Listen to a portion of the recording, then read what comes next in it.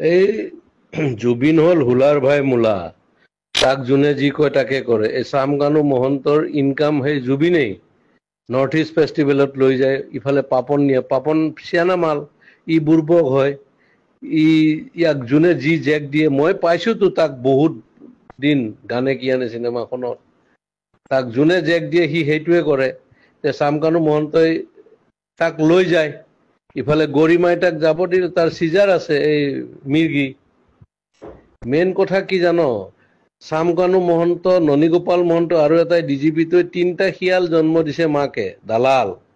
এই গোটেই হিমন্তই বেক কৰাৰ কাৰণে সিহঁতে ইমান দূৰ যাব পাৰিছে। আৰু কেতিয়াবা কংগ্ৰেছৰ পৰাই পইচা খাই আছিল সিহঁতে, বিৰাট বদমাছৰ হাড্ডি হয়, তাৰ প্ৰপাৰ্টি চালে তই মৰি যাবি।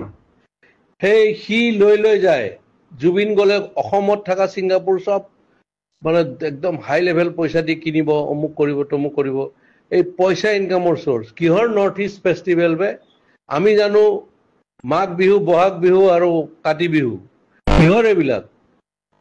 এইবিলাক ফাল্টু আমি কৰি নিছে। এতিয়া হিমন্তই দিয়কচোন তাৰ স্পষ্টীকৰণ, তাক এবাৰ ৰাইজে পালে দিব ভালকে। সি কালি ডেড বডিৰ লগত আহিব নোৱাৰে, তাক দেখা পালে মাৰিব, তই চাবি না। আৰু আজি কিমান ডেকা ল'ৰাবিলাক আজি চাবি, তই কালি ৰাতিপুৱা গম পাবি, বহুত চুইচাইড কৰিব, ইমান হাৰ্ট ৰক। আৰে অসমৰ 3.5 কোটি মানুহ 2 কোটিয়ে তাক ভাল পায়, সি নিজৰ কাৰণে নহয়, বেলেগৰ কাৰণে। আৰু সেই দালালে তাক মানে কালচাৰেল দালাল বুলি ক'ব লাগে, সিহঁতে তাক মাৰ্কেটিং কৰি পইচা ইনকাম কৰে, তাক অলপ দি এনেই মানে জমাই মেলি মাল চাল খুৱাই মেলি পঠিয়াই দিয়ে। এইটোৱে ধান্দা।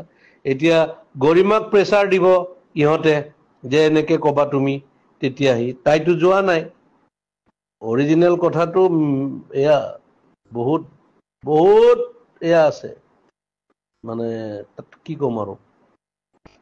তাক মাৰা প্লেনো হ'ব পাৰে, কিবা হ'ব পাৰে, কি হ'ব পাৰে, চব দালালি পইচাৰ ধান্দা গেলা।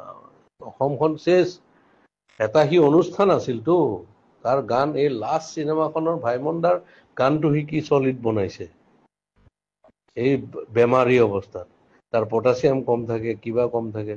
এই নেম কেয়াৰৰ ডক্টৰজনে কৈছেতো এনেকুৱা কথা, পানীত যাব নালাগে, তাৰ এয়া আছে, এই চিজাৰ আছে, এইবিলাক মানে কি কবি আৰু। ই চামকানু মহন্তই চেচ কৰি দিছে গোটেই অসম, আধা লুটিছে সিহঁত। ইফালে হিমন্তই লুটা বুলি কয় নহয়, হিমন্তই এনেকুৱা চান্স যে ডিজিপিটো কিনি আছিল চোৰটো এটা, সি খালে পেটলাটো।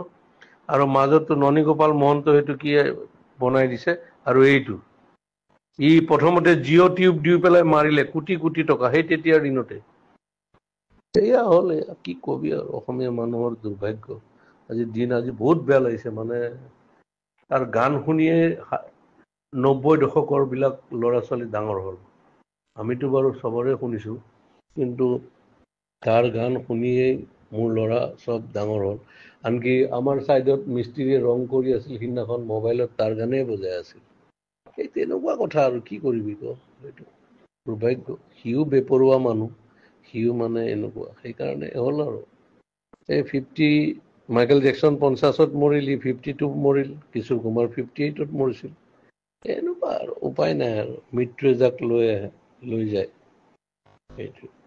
বাকী চব মানে কি কবি আৰু, কৈ লাভ নাই। মুঠৰ ওপৰত এই চামকানু মহন্ত বোলাটোক ৰাইজৰ মাজত এৰি দিব লাগে, কোবাই মাৰিব লাগে। তাক 3টা মহন্তক মাৰিব লাগে।